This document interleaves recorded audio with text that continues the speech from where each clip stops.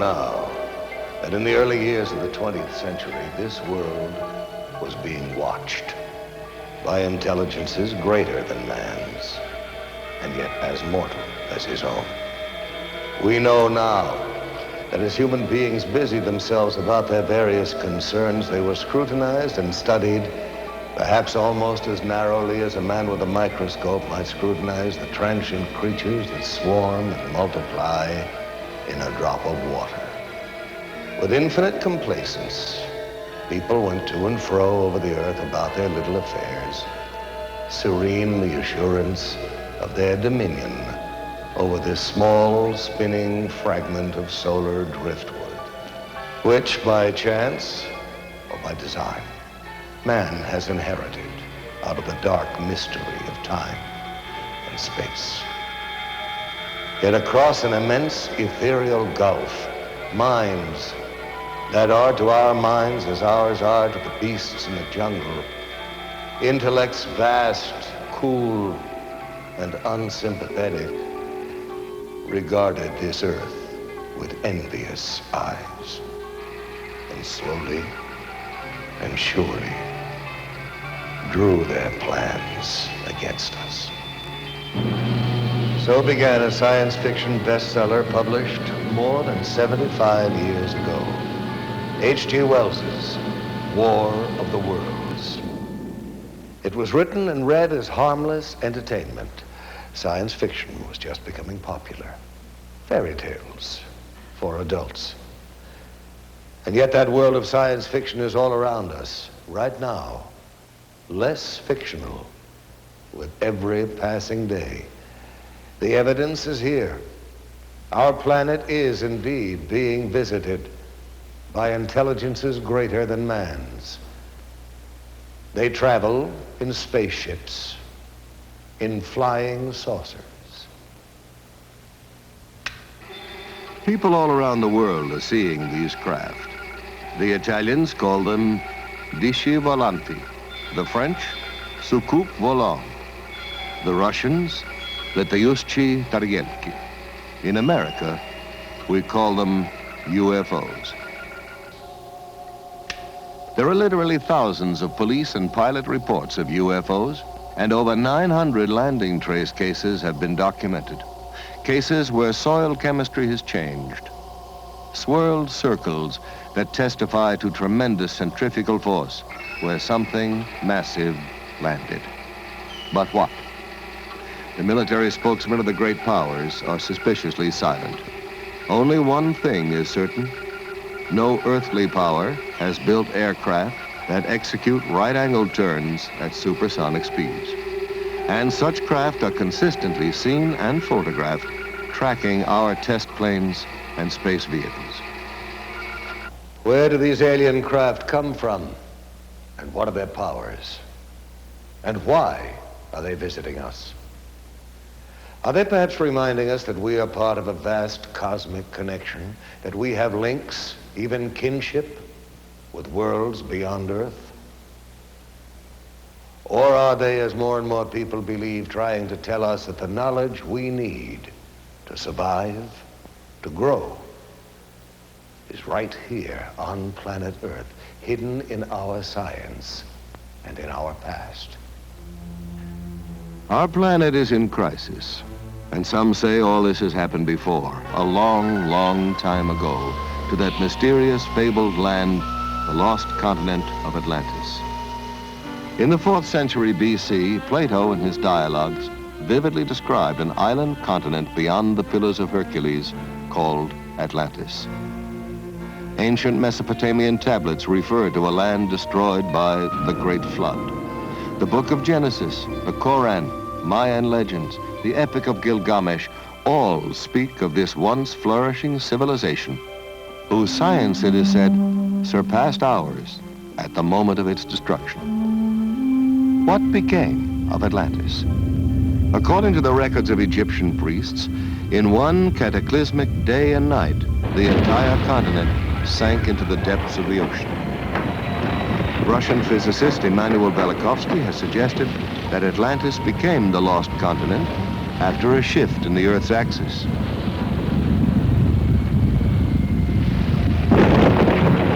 famous psychic Edgar Cayce believed that by misusing the powers of the mind and interrupting the evolution of the planet, Atlantis became the victim of its own perverted super science.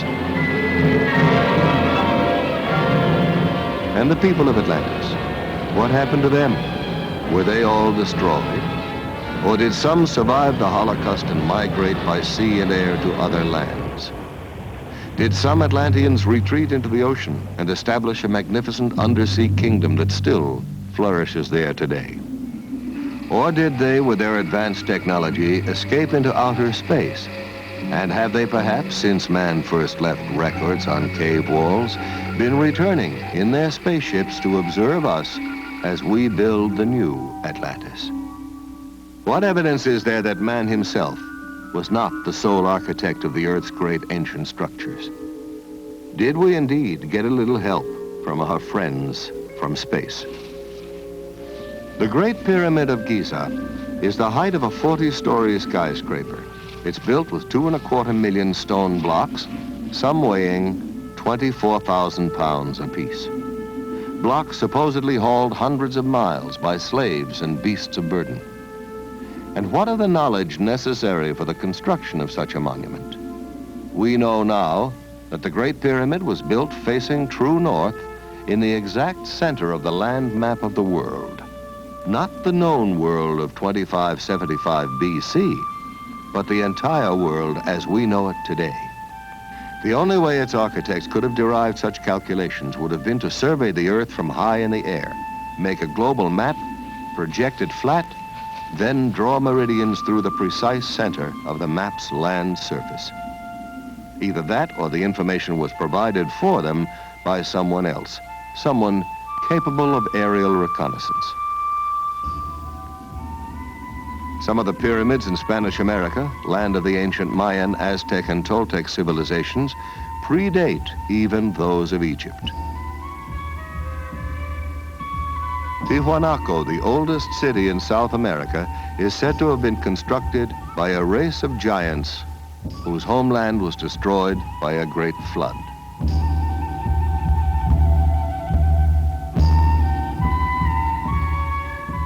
Archaeologists have discovered amazing similarities in architecture and artifacts in Egypt and at Tiwanaku. Similarities which have led some scholars to suggest that these two civilizations might have a common source. That perhaps Egypt was the principal colony of Atlantis in the Old World, while Tiwanaku was one of the drowned continent's colonial outposts in the New.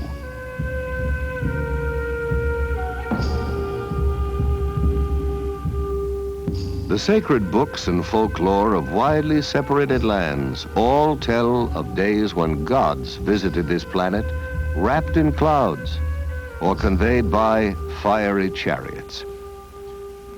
Are the gigantic statues on Easter Island faithful representations of ancient astronauts or Atlantean giants? And what of Stonehenge, Neolithic computer of the Druids? The parallel is not far-fetched, for it would take an IBM computer to decipher the functions of this calendar monument, to predict coming eclipses from the complex alignment of the massive stone slabs, each marking a position of the sun and the moon. And more astonishing, the inner measurements of Stonehenge in England and the dimensions of the Great Pyramid in Egypt both indicate the precise number of days in a solar year, which seems to suggest that the architects of these distant structures had access to the same information, perhaps even worked from a master set of blueprints. The question is, why?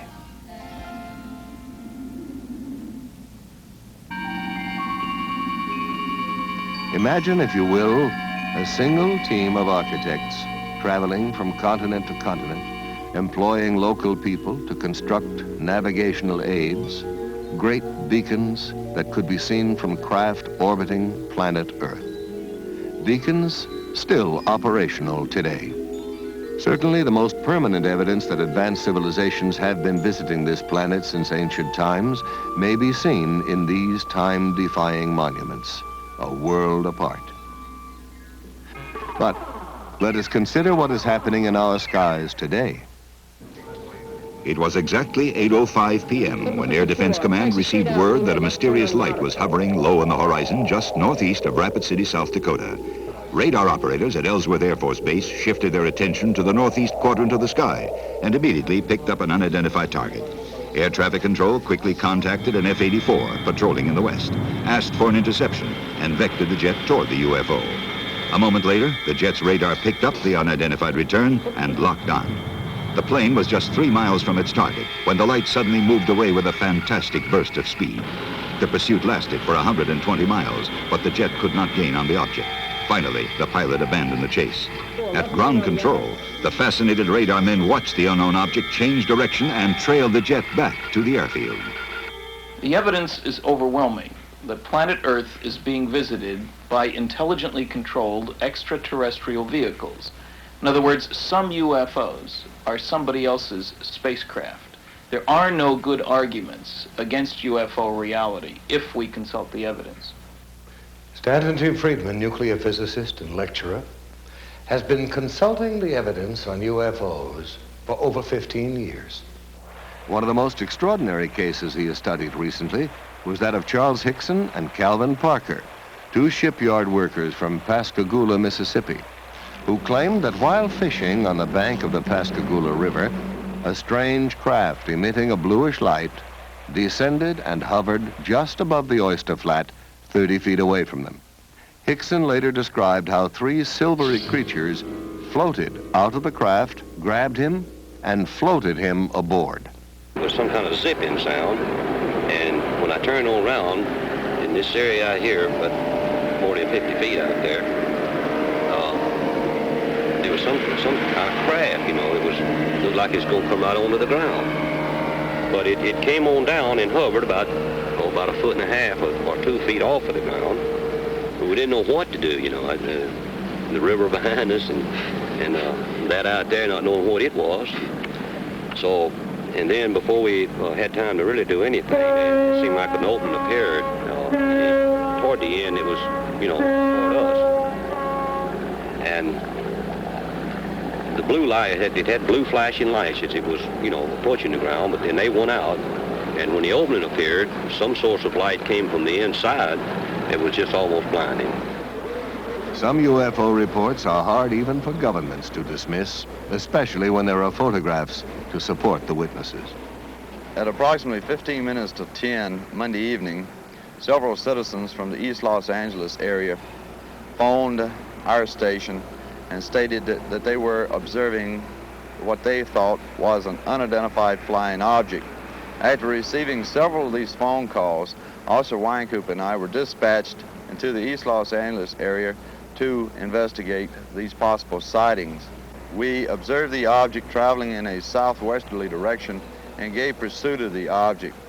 While in pursuit, I was passenger officer and I was broadcasting a pursuit to my division watch commander, Sergeant Tigroin of Hollenbeck Division, LAPD. During the pursuit, I managed to take one photograph. This photograph negative was booked into police property using this report and this divisional record number. The spacecraft was oval shaped on top and underneath, like a large pancake blown up in the middle. It did not have any dome like many of them have reported to have had. And it seemed to be about 200 feet in diameter and about 30 feet high. One of the best photographic sequences on record was taken of a UFO over Trindade Island off the coast of Brazil. Military and civilian observers on the Brazilian training ship Almirante Saldanha saw this metallic craft nearly 150 feet long moving in over the sea to circle the island. A professional photographer aboard the ship grabbed his camera and took these photographs, which were officially released to the world by Juscelino Kubitschek, then president of Brazil, as authentic UFO pictures. Evidence of UFO activity over water mounts steadily. Jacques Cousteau has reportedly investigated UFO sightings over South America's Lake Titicaca. Thor Heyerdahl saw strange glowing masses underwater during his famous Kon-Tiki voyage. And there are literally hundreds of reports from marine scientists and ship's crews of mysterious undersea craft. What is the connection between UFOs and water? Are extraterrestrials using the oceans of our world as highly developed bases for successive space expeditions? Or are these craft, as some people believe, piloted by descendants of Atlantean survivors who sought refuge long ago under the sea? What evidence is there to support this speculation? We now have the means to explore our ocean floors, and divers have located vast stretches of what appear to be the paving stones of giants, stones as huge as the blocks that built the pyramids, crisscrossing the ocean bed in mid-Atlantic. Archaeologists have found the walkways and pillars of an ancient sunken temple off the coast of Bimini in the Bahamas. Are these undersea structures traces of one of the cities of Atlantis? Consider the mysterious triangle-shaped area in the Caribbean Sea that extends from the edge of the Gulf Stream, about 150 miles east of Fort Lauderdale, Florida, to 40 degrees west latitude in the mid-Atlantic. Known in olden times as the Sargasso Sea, this area is a graveyard of the unexplained. It's a place where strange things happen to compasses. Strange things happen to time. Down through the centuries, this watery graveyard has claimed Spanish galleons, windjammers, steamships, supertankers, pleasure yachts, and aircraft. Almost all disappeared without trace, as if the tentacles of some mythical monster had reached out and seized them. This area is known today as the Bermuda Triangle, or Devil's Triangle.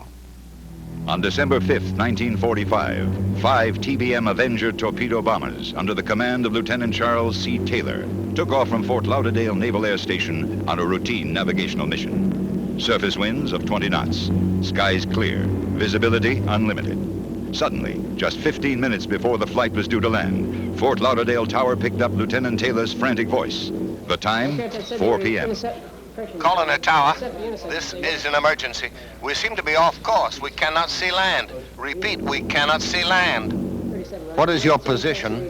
We're not sure of our position. We can't be sure just where we are. We seem to be lost. Assume bearing due west.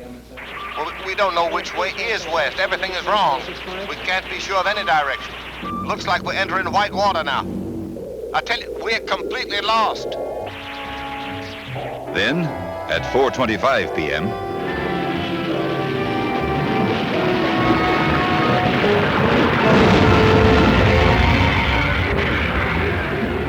we're completely lost. And then, silence forever.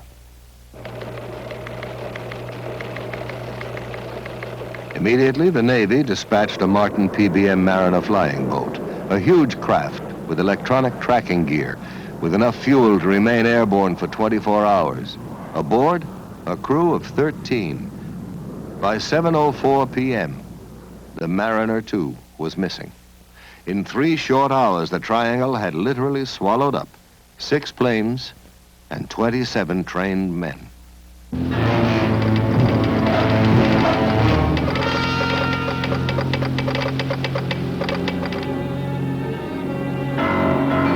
By dawn the following day, the greatest air-sea rescue search ever launched was underway. 242 aircraft and 18 ships scoured the area known as the Devil's Triangle, but not a trace was found. Not an oil slick, not a piece of wreckage, not a life raft. Nothing.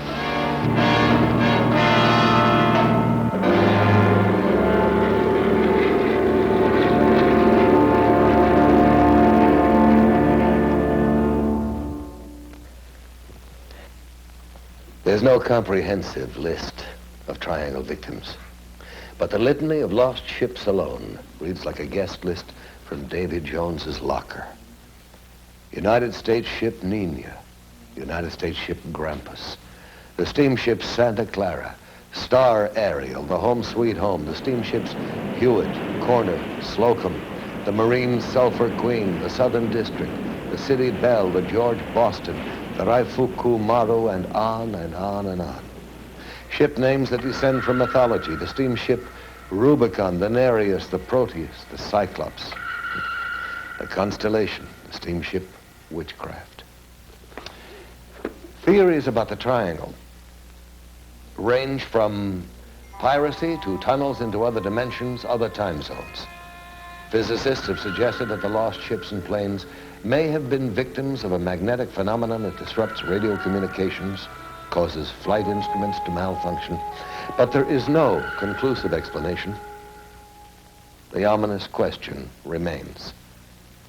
Is this area controlled by some unknown intelligence? We are currently spending millions of dollars exploring the ocean's bed.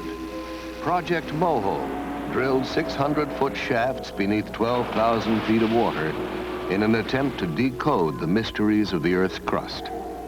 And along with archaeologists and oceanographers, parapsychologists are joining in the search to locate evidence of the legendary lost continent of Atlantis.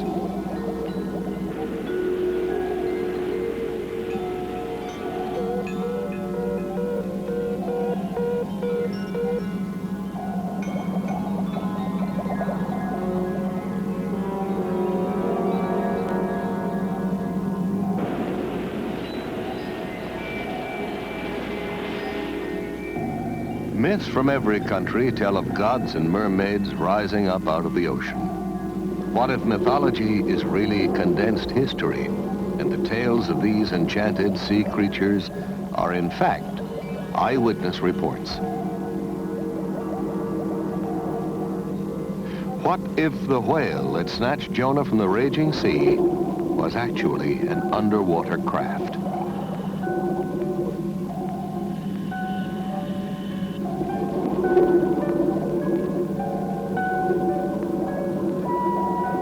Undersea colonization may be a reality within our lifetime. Oceanographic institutes like Woods Hole and Scripps are collaborating with the government in undersea lab experiments to prove that man can live comfortably in an aquatic environment for extended periods of time. In order to survive under the sea and in deep space, man is developing new tools, mind tools, telepathy, clairvoyance, psychokinesis. The young Israeli psychic Uri Geller, who's puzzled scientists with his ability to bend metal with his mind and to dematerialize objects, claims that the power to do this is channeled through him from an extraterrestrial intelligence. Well, if Geller is right, we all have a lot of new thinking to do. Meanwhile, the governments of both Russia and America are quietly sponsoring psychic research. Both countries have seriously considered using telepathy, the direct transference of thought from one mind to another, as a means of communicating with submarines and spaceships. Another country where ESP research is being carried out with the utmost objectivity is Czechoslovakia.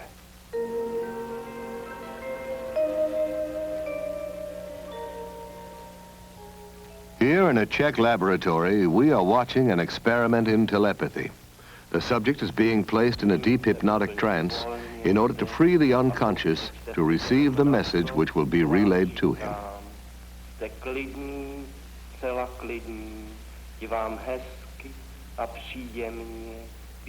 First, the subject is placed in a deep hypnotic trance.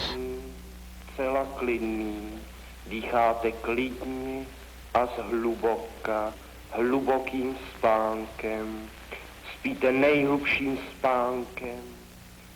In this experiment, it is essential that there be no outside interference, that the subject's mind be clear to receive the mental message that will be flashed to him.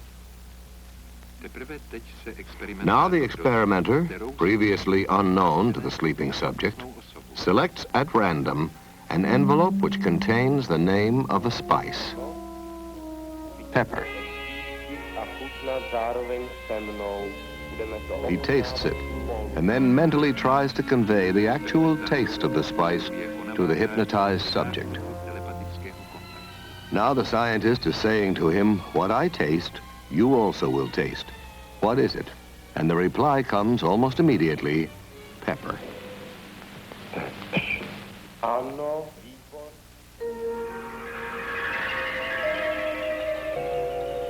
Psychokinesis, the ability to move physical objects with the force of the mind, is also a subject of intense interest to science and to the military.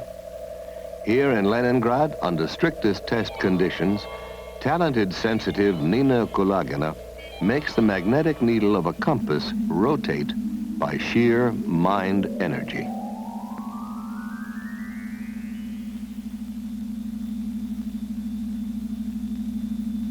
Russian scientists have found that while demonstrating this ability, the magnetic field surrounding Madame Kulagina's body is only 10 times less powerful than that of the Earth itself.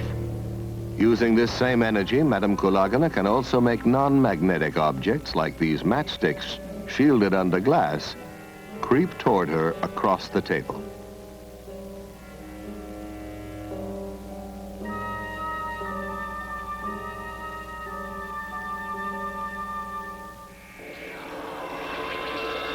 In the Philippines, psychic surgeons are reportedly performing major operations on patients without using any surgical instruments and with no form of anesthesia or bleeding control.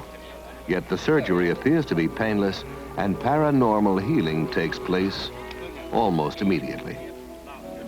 The most publicized of the surgeons, Tony Agpoa, is removing a pituitary tumor from the forehead of a California businessman, Donald Westerbeck, who flew to the Philippines after doctors had warned him of the risks involved in traditional surgery. Here in Westerbeck's own voice is his description of the result of his operation. When I came to the Philippines, I was very dubious about this entire process, but I felt that it would be a shame to have the operation first and find there was any truth to the Philippine phenomenon. Whatever comes out may or may not be the right kind of tissue. It may well be symbolic, but it is now 2 years since that operation, and the symptoms, which were progressing quite rapidly, have pretty much disappeared. I know that whatever happened in the Philippines had a certain effect on the progress of what was happening within my head.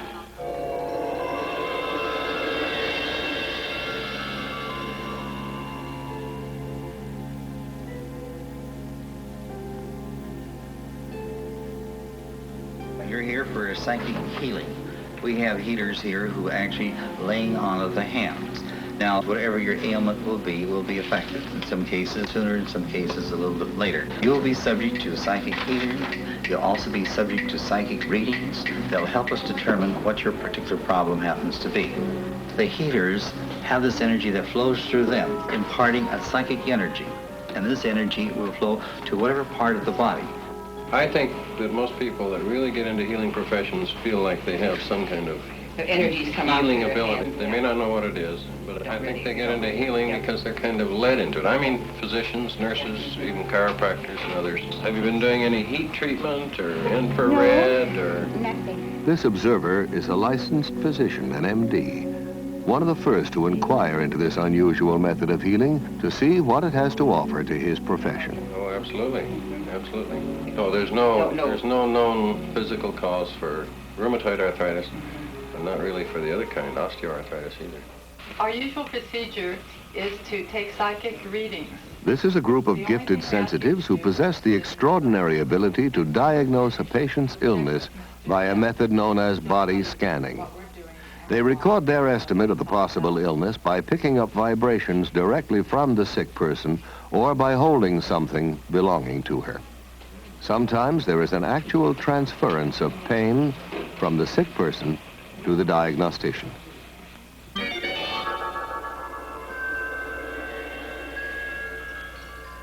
The idea of an energy field or an aura surrounding the human body goes back many centuries. In biblical paintings, artists attempted to depict it by painting halos or aureolae encircling the heads of divine religious figures.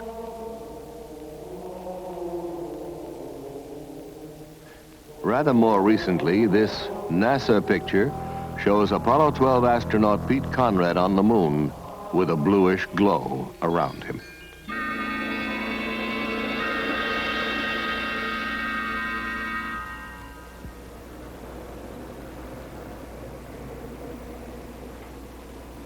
A leading American center of psychic research is the University of California at Los Angeles, where research psychologist Dr. Thelma Moss is experimenting with Kirlian photography, a revolutionary technique invented by Russian scientists Semyon and Valentina Kirlian, which captures on photographic plates the aura or energy field surrounding both organic and inorganic objects. Dr. Moss, could you tell us about your research here at UCLA? We've conducted about almost every area of research in parapsychology. That includes telepathy, thoughts going from mind to mind, moving objects at a distance.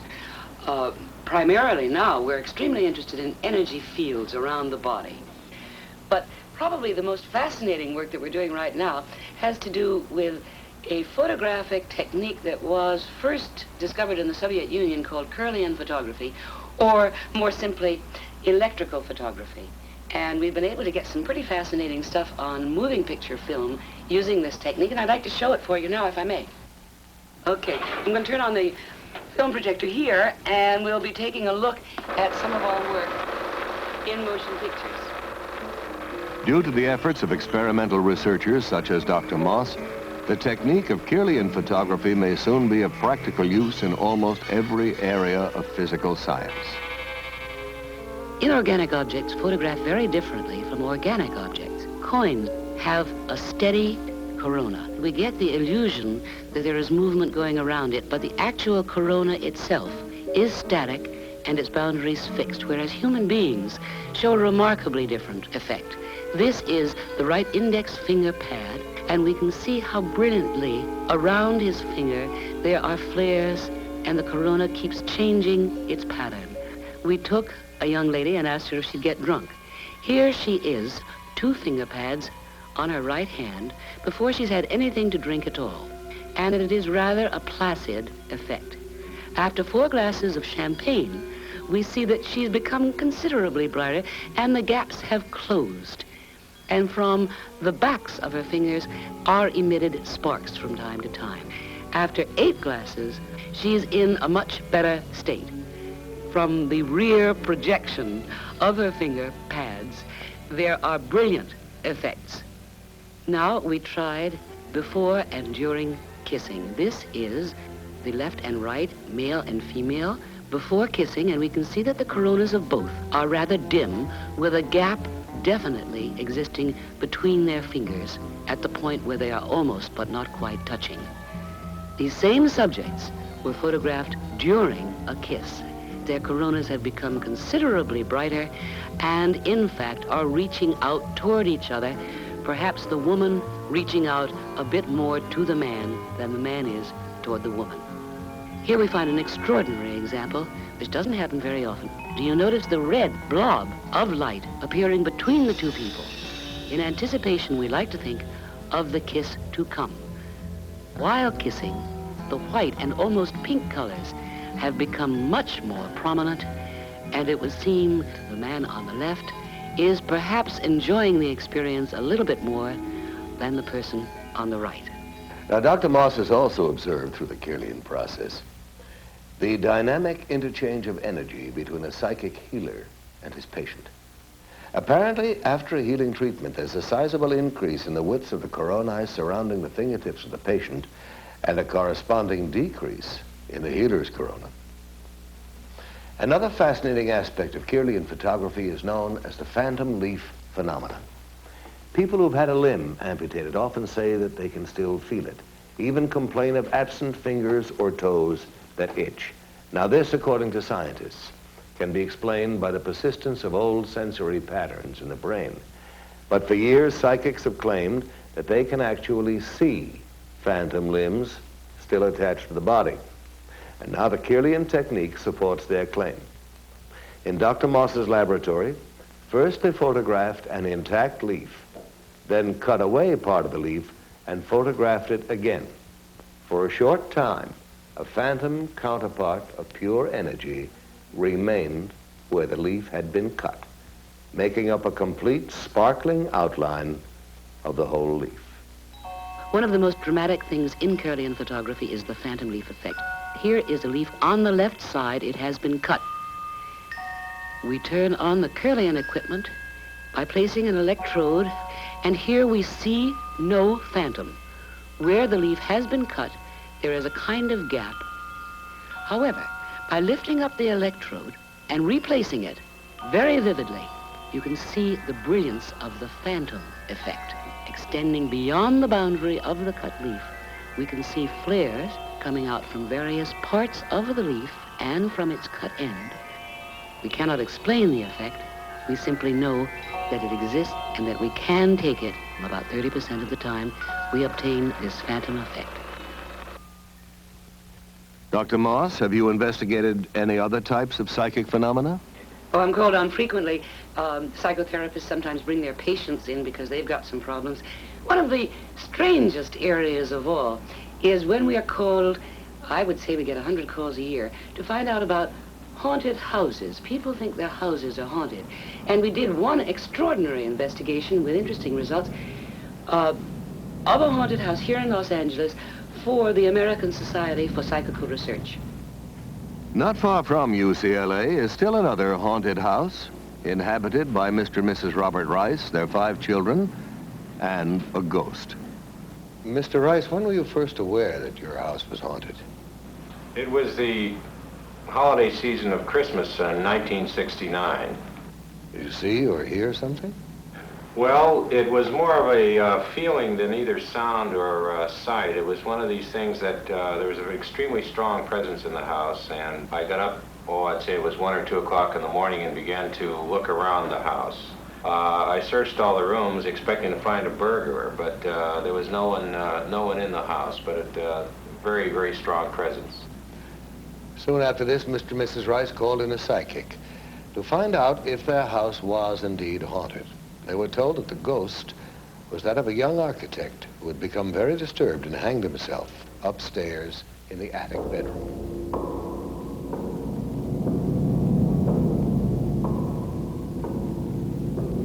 Well, I was working in my studio downstairs. I'm a painter, and this individual had become such a familiar part of our family after a number of years that I more or less tried to communicate with him on working in this painting.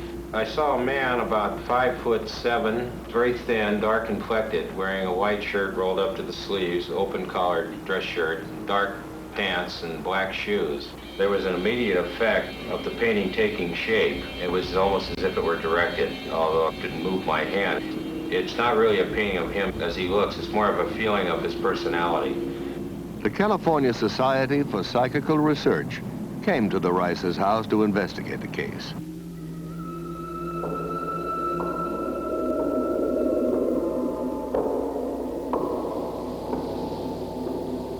And they went through the house and the different parts of the house.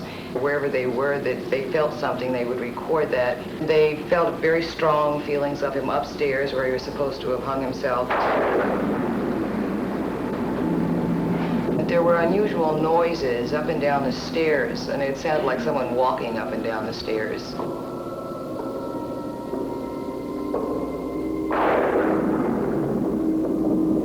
They also saw him in the same light and described him in the same manner that we had seen him.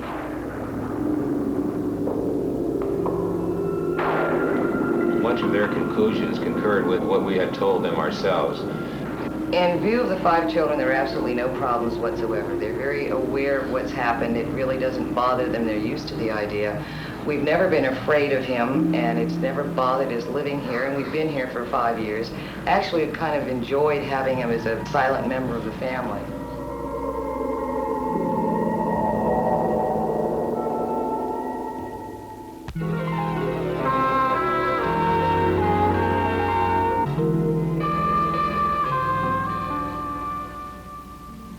I am Lucretia Black, and I am a witch. I practice witchcraft. I have always been a witch. I was born a witch, I was raised a witch, and my mother, grandmother, and great-grandmother were all witches. What is a witch? It's a psychic female who can project her energies and invade other people's subconscious minds, forcing them to do things they would not normally do.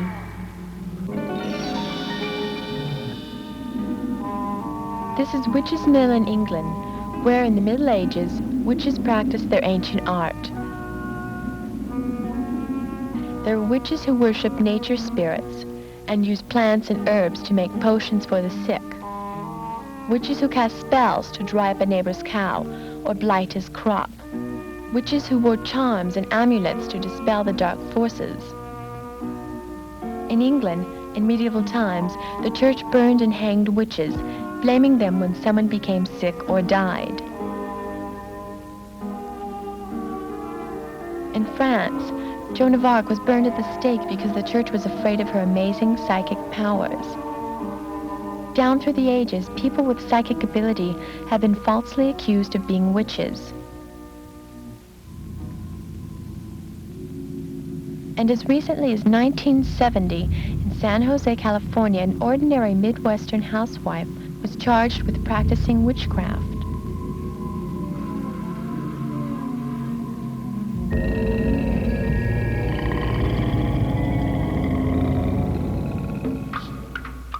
For years, we have seen people lying on beds of nails or walking on sword blades, and we've thought it was magic or fakery.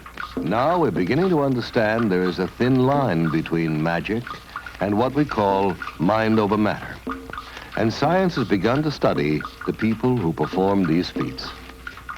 Here in Hawaii, members of an ancient tribe walked barefoot through fiery coals without suffering pain or injury to their skin.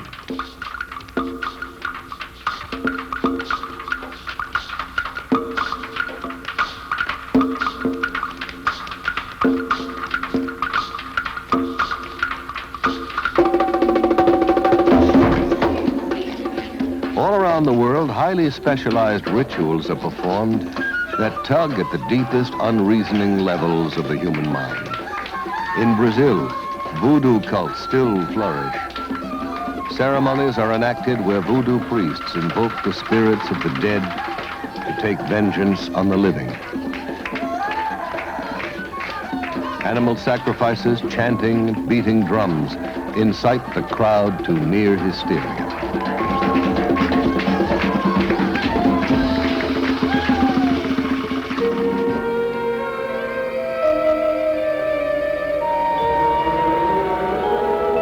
Questionable occult ceremonies are not limited to the more primitive areas of the world. In San Francisco, as in other American cities, Satan is alive and well. And to prove it, here, with the full cooperation of the men and women involved, is an actual celebration of the Black Mass. In nomine Dei nostri, Satanas Luciferi excelsi. In the name of Satan, the ruler of earth, King of the world, open wide the gates of hell and come forth to greet me as your brother and friend. Grant me the indulgences of which I speak, for I live as the beasts of the field, rejoicing in the fleshly life. I favor the just and I curse the rotten. By all the gods of the pit, I command that these things of which I speak shall come to pass. Blessed are the strong, for they shall possess the earth. Cursed are the weak, for they shall inherit the yoke. Blessed are the bold, for they shall be masters of the world. Cursed are the righteously humble, for they shall be trodden under cloven hoofs. Command for us! Command for us! Hail, Satan! Hail, Satan! Hail, Satan!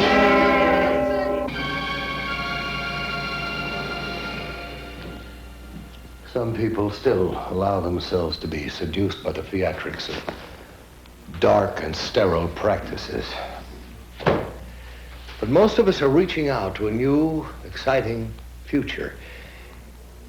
There is now a generation born to the knowledge that man can leave the earth.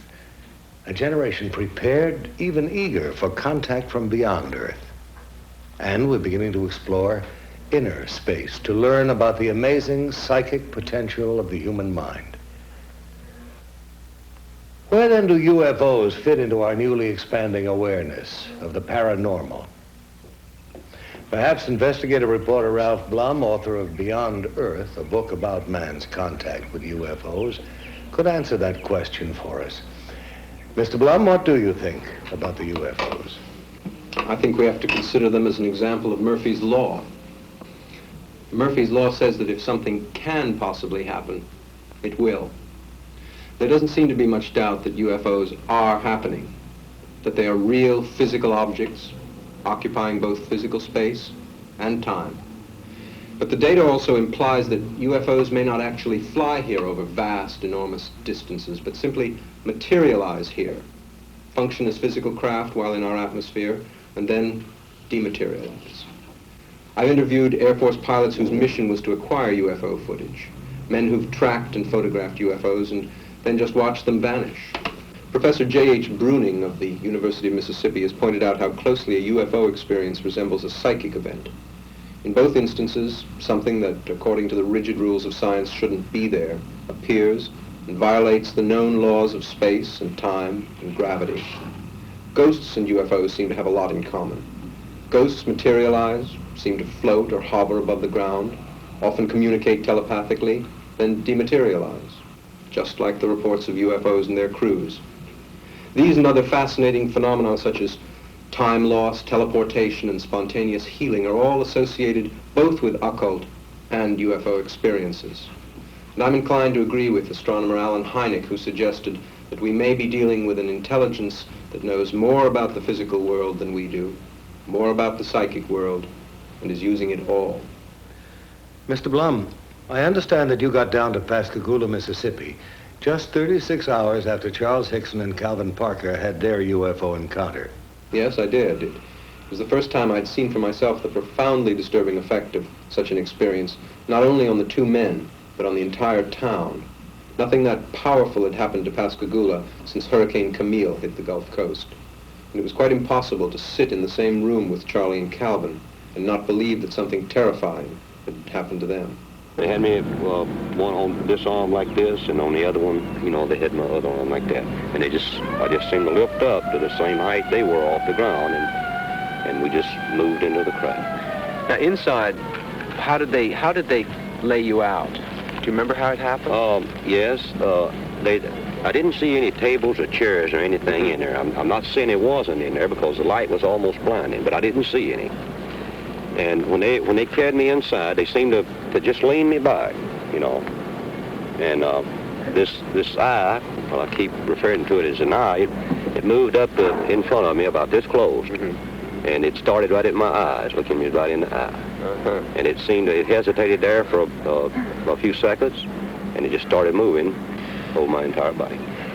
When they brought me from the craft that along this area here, and they didn't drop me, you know, they just released me back to the ground. And I fell. I don't know why my legs were weak. I don't know why it was the fright or what it was, but I fell onto the ground. And that's when I seen Calvin. He's standing right over here in this area, and he was standing facing the river with his arms outstretched like that, just like he was staring at something. A man in Missouri gave a paper on 546 landing cases from 34 countries. These all involve traces, that is, where some marks were left after the UFO took off. One place where this happened was on the Johnson Farm in Delphos, Kansas, November 2nd, 1971. The strange marks in the middle there are a ring of soil affected by a UFO. There are a whole host of tests run on the ring. It's clear that something strange happened to the soil as far down as 14 inches deep.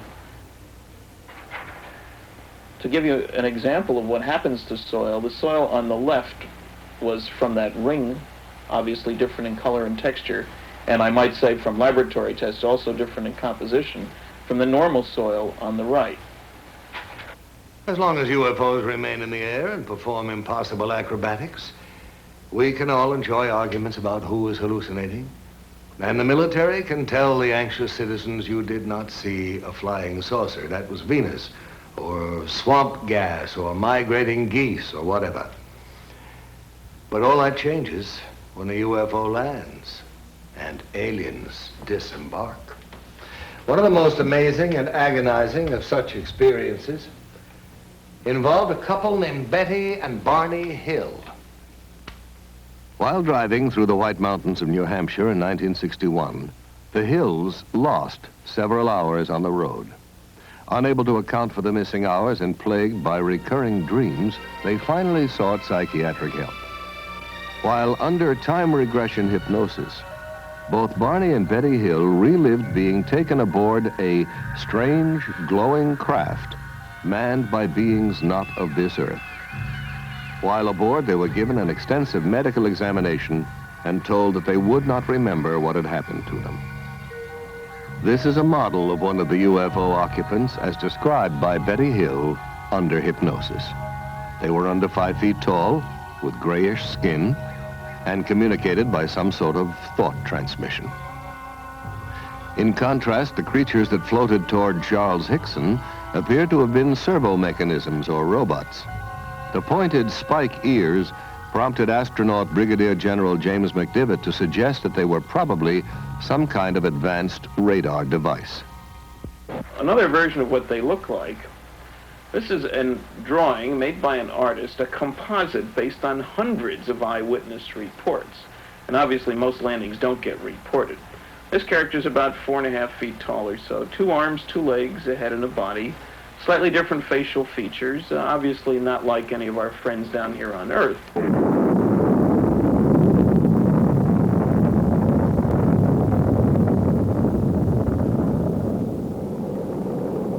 However, there are definite parallels in behavior. They have Earth excursion modules, which behave very like our lunar excursion modules. Take our Apollo program. We have strange-looking flying craft carried on board a launch vehicle. They hover out in the boondocks on the moon, land, a couple of humanoid-looking creatures climb out, wander around, pick up rock samples, play games, then re-enter their craft, lift off, disturbing the soil behind them, rendezvous with the mothership, and zip off toward another planetary body. The same sequence, in fact, that have been observed here by UFO witnesses. One of our pioneer astronauts was Brigadier General James McDivitt. In 1965, General McDivitt spent 4 days in outer space as command pilot of Gemini 4. General McDivitt, have you ever seen a UFO? Yes. During my flight on Gemini 4 in 1965, I saw an object in space fairly close to our spacecraft that I could not identify. It looked to me like maybe the upper stage of another rocket. I tried to take some pictures of it, but unfortunately the pictures did not come out properly. We never were able to identify what it was, and all of our ground radar tracking data indicated that there shouldn't have been another object anywhere near us at the time.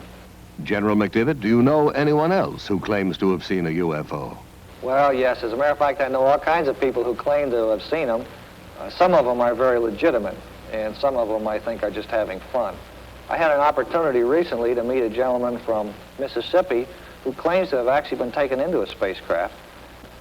And quite frankly, I believe that that gentleman is telling what he considers to be the truth. He wasn't looking for publicity. He wasn't trying to be funny. He was trying to be very honest. He was very sincere. And quite frankly, I walked away from the whole conversation with him believing that what he said is true as far as he's concerned. Well, I kind of thought it was people at first, you know, off like that. But of course, when they appeared there in front of me, it was the most shock I've ever had in my life. They were shorter than me. I'd say about 5'2" or 3", and they didn't have a neck. Their head, it seemed to come directly to their shoulders. And it had something that came out to a point about where a nose would be, and on each side, the ears. And I believe that they looked like they were a little longer on the ears than the nose. But it seemed to me when they came out that doorway, or that opening, or whatever it was, then just almost instantly, they were right there on us. Their arms, they had arms, and I saw the arms moving here and in the shoulders. But they had weld. I mean, their fingers were weld, and then they had something like a thumb, and they were like this. Mm-hmm. Can you tell me about the lie detector test? When they were asked to come over here to talk to these people, they had in their mind that it was just a big joke. And if I understand it correctly, they ran one test on Mr. Hickson. The machine showed that he was telling the truth. Then they run another one, And then the examiner, he began to wonder himself. So he ran the third test, and he believed just what Mr. Hickson had told him. Sheriff Diamond, can you tell me just what happened that night? We questioned them at length. And then we left the room and recorded every all the conversation they had. Recorded between the two of them. And one of them kept wanting to pray. And he said, after all I went through on this earth, he said, why should I have to see something like this? Calvin Parker, I was questioning him, and at one time he wanted to climb the wall. That's how nervous and how shook up he was.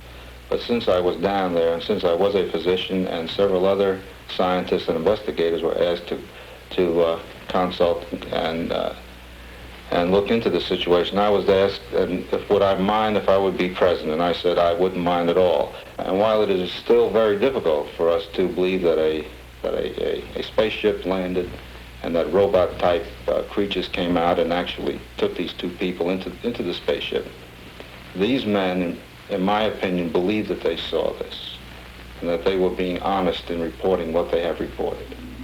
Charles Hickson's story is not unique.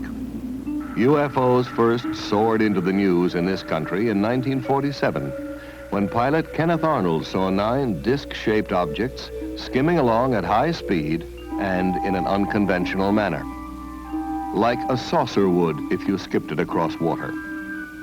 A newspaperman who interviewed Arnold coined the term flying saucer, and over a quarter-century of sky watching began. For 28 years, these metallic disc-shaped craft, tens of meters in diameter, have been seen around the world, from Paris to Papua to Pascagoula. Although science has failed to supply a generally accepted explanation of UFOs, the subject has been investigated by the United States Congress. In 1968, Congressman J. Edward Roush of Indiana chaired the House Committee on Sciences and Astronautics Symposium on UFOs. Congressman, do you believe UFOs are somebody else's spacecraft? Well, I hesitate in answering the question only because of this. I don't know, but my imagination tells me that perhaps, just perhaps, there is something that would permit a man to travel faster than light. Perhaps there is something that would permit an intelligent form of life from another planet revolving around another star to make that long trip. And that way they left out hundreds of reports by... For more than 20 years, Major Donald E. Kehoe, U.S. Marine Corps retired, has been reporting on the world of flying saucers. I understand, Major Kehoe, that like physicist Stanton Friedman, you believe that we are being visited by intelligently controlled vehicles from other planets. I do, and I agree with the Air Force. They've had a secret conclusion to that effect since 1948. A few years ago, I conducted a symposium here on Capitol Hill, and the participants of the symposium were scientists of some renown. They were scientists who had an interest in UFOs. And during the course of that symposium, photos were presented which purported to be UFOs. One of the scientists who analyzed the photographs at Congressman Roush's hearings was Dr. Robert M.L. Baker, Jr., who has consented to evaluate for us 2 UFO films from the files of the Smithsonian Institute in Washington, D.C. We see here the Montana 1950 film showing 2 bright objects taken by Nicholas Mariana of Great Falls, Montana. The natural phenomena that is often given as a source of these images is airplane reflections. Airplanes, unless moving at unrealistically high speeds, would have to be so close to the observer as to be identified as airplanes in order for them to portray the kind of motion seen on the film. I don't concede these images to be airplanes, airplane reflections, comets, or other well-understood natural phenomena. We don't know whether these are sophisticated weapons. Everyone denies that they are. Our own country denies that they are sophisticated weapons of this country. This film was taken in 1952 by Delbert Newhouse, a Navy photographer, near Tremonton, Utah. He estimated that there were approximately a dozen metallic objects shaped like 2 saucers, one inverted on top of the other. The official explanation was that the objects were a flock of soaring gulls. But Dr. Baker had this to say. Birds, such as gulls, simply don't make the kinds of accelerated turns at high speeds that were measured on the film. There also exists some meteorological data that would indicate that there were no updrafts that could have allowed the birds to maintain flight for long periods by simply spiraling. It would seem more likely to me that it is some natural phenomena or even possibly something from outer space. There is, however, another theory. The Bermuda Triangle is not the only area in which navigators have been troubled by the odd behavior of magnetic compasses. As every school child knows, something strange happens to your magnetic compass as you voyage into the Earth's polar regions. Scientists have turned to space, to the upper atmosphere, even to the sun, to account for this magnetic anomaly. But responsible reports suggest a greater mystery. A large concentration of UFO sightings in the Arctic and Antarctic has led some experts to speculate that these regions may serve as landing bases for extraterrestrial craft. It's even been suggested that the flying saucers, in fact, emerge from and re-enter the Earth's interior by polar doorways, and at the center of our planet is their true place of origin. In 1947, Rear Admiral Richard E. Byrd, in command of the U.S. Navy Task Force, flew 1,700 miles beyond the North Pole, not as would be expected over frozen icy wastes, but across a vast land of mountains, freshwater lakes, rivers, green vegetation, and animal life, a land not recorded on any map. From the evidence provided by Admiral Byrd and other famous explorers of the Arctic and the Antarctic, it has been suggested that the Earth is not, as we have been taught, a solid sphere with a fiery center of molten metal, but is in fact a hollow shell in which a small amount of the original fire remains to form a central sun capable of emitting light and of supporting plant growth. It has even been claimed that the huge mammoths found frozen in the polar ice are not prehistoric, but were animals from the Earth's hollow interior that wandered to the surface and froze to death. Proponents of this theory estimate that the Earth's crust is approximately 800 miles thick, with openings at its polar extremities. They suggest that Admiral Byrd and other explorers actually entered the openings leading to the Earth's interior without knowing it. These explorers assumed that they were still traversing the outer surface because the downward slope of the entrance is so gradual and because they could not see the other side of the opening, which is hundreds of miles away. Almost to a man, scientists ridicule the hollow Earth theory. They will tell you that the only hollow spaces anywhere near the poles are located in the heads of those who believe in the theory.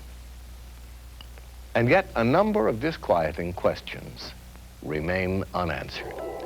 How then do we account for the warming effect, the presence of increasingly warm winds as one travels north beyond 70 degrees latitude? Why do these winds carry enormous quantities of black dust? Why does colored pollen stain the snow red, green, and yellow over thousands of square miles of the Arctic? Why are all icebergs composed of fresh water? And why do explorers find tropical seeds and plants and even trees floating in the fresh water off these icebergs? Where do all these things come from? Well, the answer to these questions is obvious to anyone who believes in the existence of an unexplored region hidden in the Earth's interior. But the hollow Earth theory is not limited to this planet. In his book, A Journey to the Earth's Interior, Marshall B. Gardner discusses the bright lights seen shining from the polar caps of Mars, Venus, and Mercury. Concludes that these planets also have hollow interiors and central suns. According to Gardner, the aurora borealis, the northern lights, result from the rays of that central sun inside the Earth, projected through the polar opening into the night sky. Now, before we join in the laughter of scientists at these notions, we should remember that 100 years ago, the world's most prominent astronomers staked their reputations on the fact that rocks did not fall from the sky. Today, these rocks are called meteorites. Science, like any living thing, must grow. Now, one of the crucial new questions for scientists is how to travel through deep space. Are there cosmic arteries, openings maybe in the fabric of the space-time continuum? In the past, man ascribed immortality to the stars.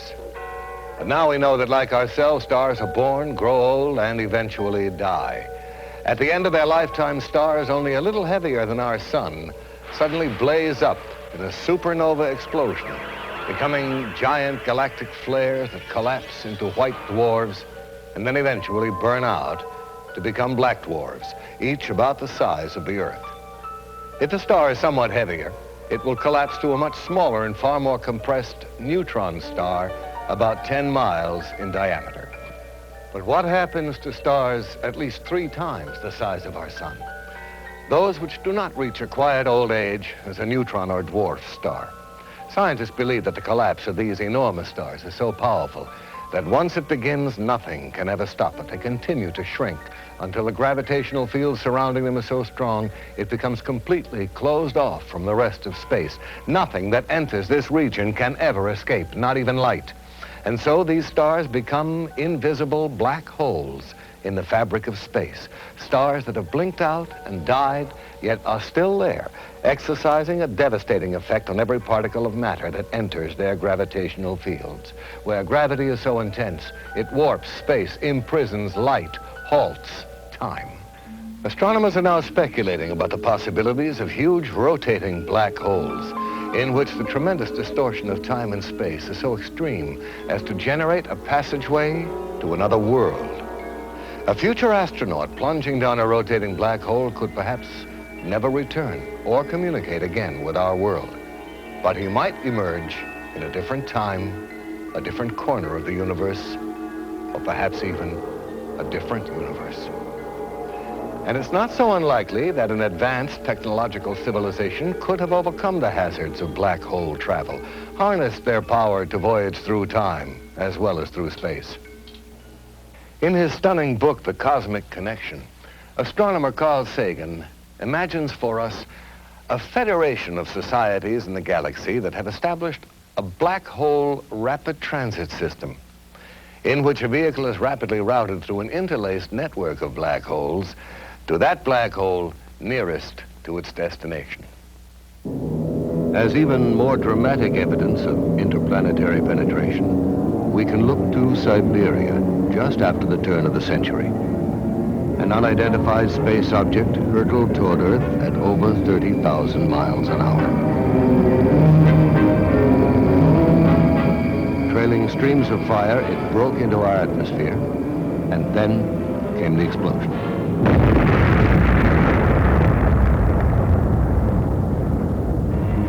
Equal in force to a thermonuclear blast.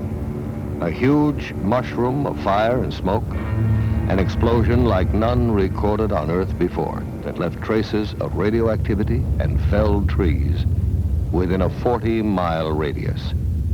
And yet there was no sign of a crater. On January 7, 1948, officials at Godman Air Force Base near Fort Knox, Kentucky, observed a strange object passing over them at high speed. Minutes later, at 2:30 p.m., a squadron of B-51 fighters approaching from the south was asked by the Godman Tower to investigate the UFO. Captain Thomas Mantell, the squadron leader, left the formation and began to climb. At 2:45, Mantell notified the tower he was at 15,000 feet. There's something in sight above and ahead of me. Some kind of a huge metal object, but it's not a plane. I'm going to 20,000 feet. At 3:15, Mantell radioed again. It's now directly ahead of me and moving at about my speed. I'm trying to close for a better look. That was Captain Mantell's last transmission. All further attempts to reach him failed. Less than an hour later, searchers found the plane. Mantell was dead. His shattered watch had stopped at 3:18. Does our military have in its possession the twisted metal remains of crashed UFOs, the charred bodies of space crewmen? I don't know. There are no easy answers. But one thing is clear. With the formidable resources at its disposal, the American military has to have the best collection of UFO data in the world. And I really think it's time they shared that data with the people. I must say I have some sympathy for the military, especially the Air Force, whose province is, after all, the wild blue yonder. What do you do when something unknown is penetrating your airspace and you can't cope with it? The bureaucratic solution seems to be, when in doubt, classify. But I also have real sympathy with the people who are the victims of this policy, people whose lives will never be the same because they had the courage to report what they saw. I admit some people have been seeing some pretty strange things lately. One of the strangest and most bizarre is the appearance of huge hairy creatures that walk upright on two legs and are frequently sighted in areas where UFO activity has been reported. Somewhere in these dense forests lurks something for whose origin and existence science can offer no earthly explanation. Called Sasquatch in Canada, Bigfoot in the western states, Folk Monster in Arkansas, Momo in Missouri, Skunk Ape in the Florida Everglades, these foul-smelling giants, some of them reportedly 10 feet in height, crash around in the undergrowth, uproot trees, invade logging camps, and terrify witnesses.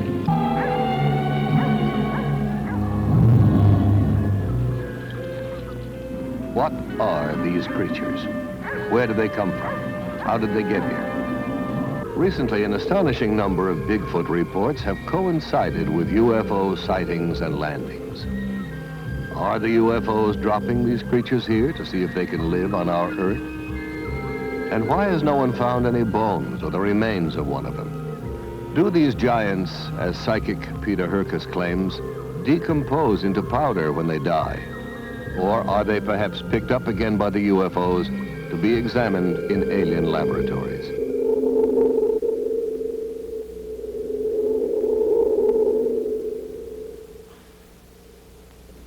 Is the Bigfoot a cosmic mutation?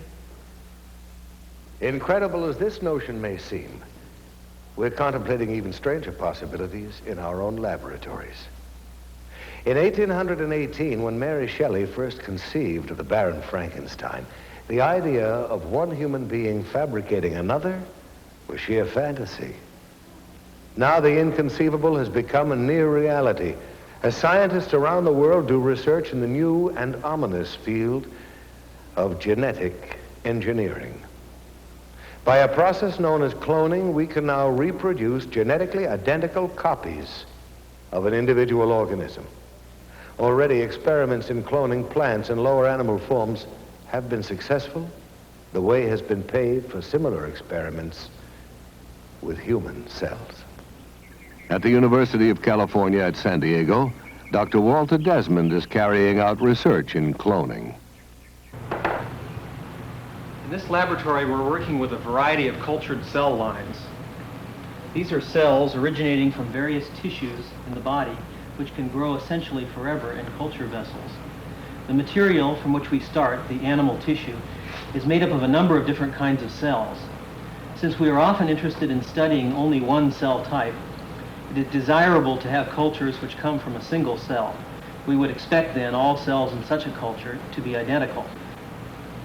This is accomplished by cloning, putting a very small number, even one cell, in a culture dish and allowing the individual cells to grow. Colonies of cells arising where there was originally only one can be isolated and studied with the assurance that all of these cells are of identical origin. There is still some question whether cells of higher animals have this potential. At the University of Indiana, Dr. Janice Brothers has been doing extensive work on the development of lower animal forms, such as salamanders, from a single parental source. Thus, the new specimen salamander grows up to be essentially an identical twin, a generation removed, of the single parent. Axolotls are a type of salamander which come from Lake Yacamoco in Mexico. The axolotl is useful to scientists because many mutations have been described in this animal.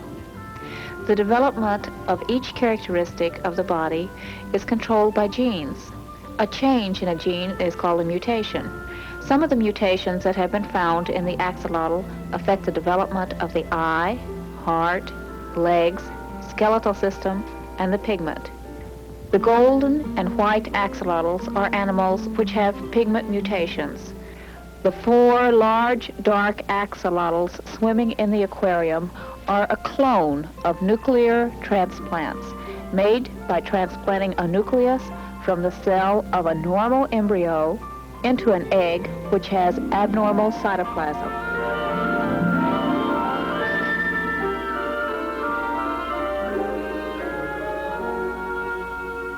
First, man thought that only man possessed communication systems. Then we made friends with the dolphin. And now plants take their place among the communicating life forms of this planet. Since 1969, Marcel Vogel, a senior research chemist at IBM, has been actively engaged in the study of man-plant communication. Vogel believes not only that plants respond to our thoughts, but that they are supersensitive instruments for measuring our emotions. Working with green broad-leaved houseplants like this philodendron, Vogel wraps a copper wire around the plant and attaches a small stainless steel electrode to the plant leaf. The wire is then hooked up to an amplifier and polygraph recorder, and he is ready to establish a stable baseline, a sort of plant heartbeat on the graph. One of the earliest experiments that we did was the threat of attacking. With the help of his assistant, Chuck Mignosa, Vogel will now attempt to project thoughts of attack and then monitor the plant's response. So what I'd like to have you do, Chuck, is to build a strong thought form of an attack. Chuck, think a strong thought of attack and then commit the act on the plant. Any shift of the needle on the graph is regarded by Vogel as a response from the plant. When the needle jumps wildly, it is the electrical equivalent of a human scream. Next, we will see both Marcel Vogel's and the plant's response to his assistant, Tom Montalbano's directed thoughts. Both the plant and Marcel Vogel are tied into the narcophysiograph biofeedback machine. This is the plant response telemetered through the stainless steel electrodes. Here is Marcel's galvanic skin response. This trace is Marcel's pressure and his cardiovascular relaxation and tension of the blood vessels. This trace is the temperature variation coming from Marcel's hand. As you can see, it's lowering. Now be quiet. Now I'll focus into you, Tom. Tom, do you like women? Definitely. Now it's responding to you. And this time I'll focus on to your liking of women. Now here you have my response to your thought, but nothing with the plant yet. Now we're getting a response, you see, right here. I had a thought of doing some healing work. Good. Now repeat that operation, that thought. There's the repeat. There you picked it up. Now it transferred. See, your mind was locked in. There's the thought finally transferred. All right. Look at There this. it is. There's a response to our personal interaction. It's always a thrill to me when I see this happen, because it's hard to believe that we are all linked together with thought. So we really become one with each other and nature. And that's why I love this type of work. Now here's my response to the thought of love. I said the word love, but look at the final... Marcel Vogel is pointing out how, with identical equipment, the plant's response is greater than his own. That it actually picks up more information and is therefore a finer instrument for measuring emotion than man himself. Research into the secret life of plants raises some awesome moral questions. Should we, for instance, give up cutting roses in our gardens? Should we eat only vegetables that have died a natural death? And what is natural when we speak of death? The human race has come a long way since Faust sold his soul to the devil. Now we are ready to negotiate with death, to treat dying and death as a disease, and a curable disease at that. In March of 1963, biologists at the University of Oklahoma confirmed that the skin cells of the Egyptian princess Mene were still intact and, in effect, alive. Yet Princess Mene has been dead for several thousand years. Ancient Egyptian priests apparently knew many of the secrets of life preservation, secrets we are now in the process of rediscovering through a branch of science so new that most people have never heard of it. The name is cryonics. Cryonics is a program of extended life. Because of the tremendous gap between the research laboratory and the general practitioner's office, it appears it is no longer appropriate to bury or cremate an individual simply because he is suffering from a terminal disease and has suffered a cardiac arrest. In fact, there is much more we can do utilizing the newest developments and breakthroughs in the science of cryobiology. In fact, cryonics regards dying and death as a disease, most serious indeed, but not necessarily incurable. How do you cure a patient of death? Well, under ideal conditions, a patient would be in a hospital, and just seconds after cessation of heartbeat, death certificate would be signed, constituting legal death. Immediately, the patient's body temperature must be reduced to 0 degrees centigrade just as soon as possible. This is accomplished by usually placing the patient in a cold bath solution and rapidly reducing the body temperature. The purpose is that we are trying to reduce the metabolism. We are trying to slow down the dying process as rapidly as we can. Preparing the body for the second phase of cryonic suspension, which is perfusion, where the body is actually brought down to temperatures all the way down to 300 degrees below zero. This process of perfusion consists of replacing the blood in the body with a biological antifreeze that protects the cells from these very, very low temperatures. Once the patient has gone through the perfusion process, they are placed in a temporary environment of dry ice until a capsule has been prepared, a cryogenic storage vessel made out of stainless steel that will contain the patient's body and also provide the low temperature refrigerant. In this case, we're using liquid nitrogen, which has a temperature of minus 320 degrees Fahrenheit. At this temperature, for all practical purposes, time ceased to exist. We are not in the business or interested at all in freezing dead bodies and trying to bring them back to life. In fact, what we are doing is we are slowing down by utilizing low temperature biology. We are slowing down and stopping the dying process just as soon as it legally becomes possible.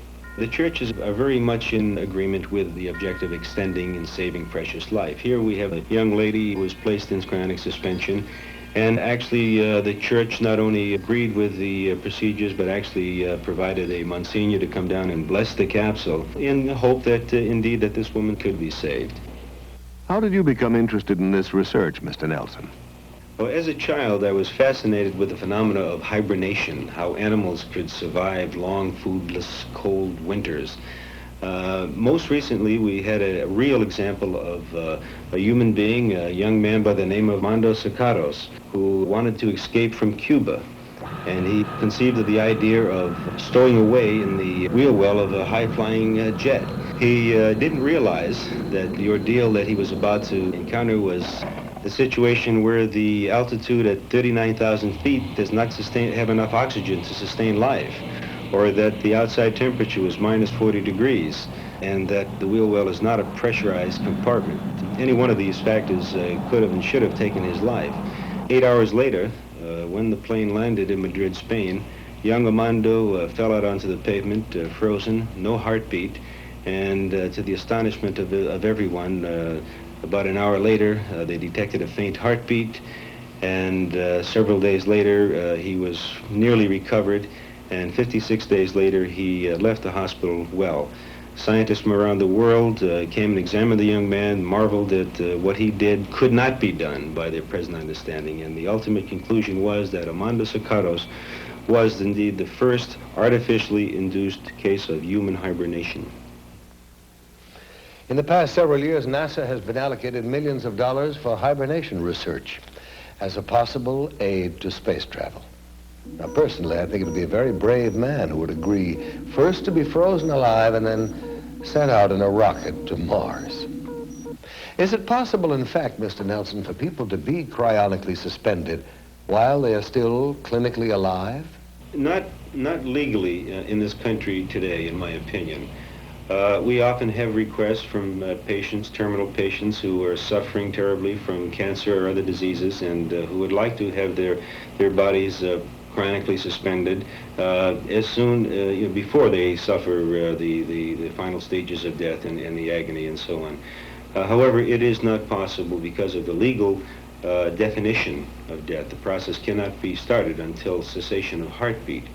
But it definitely would be to their advantage biologically, medically, and I hope someday that we will be able to actually apply these procedures to patients when they are in a terminal condition, if that's what they desire.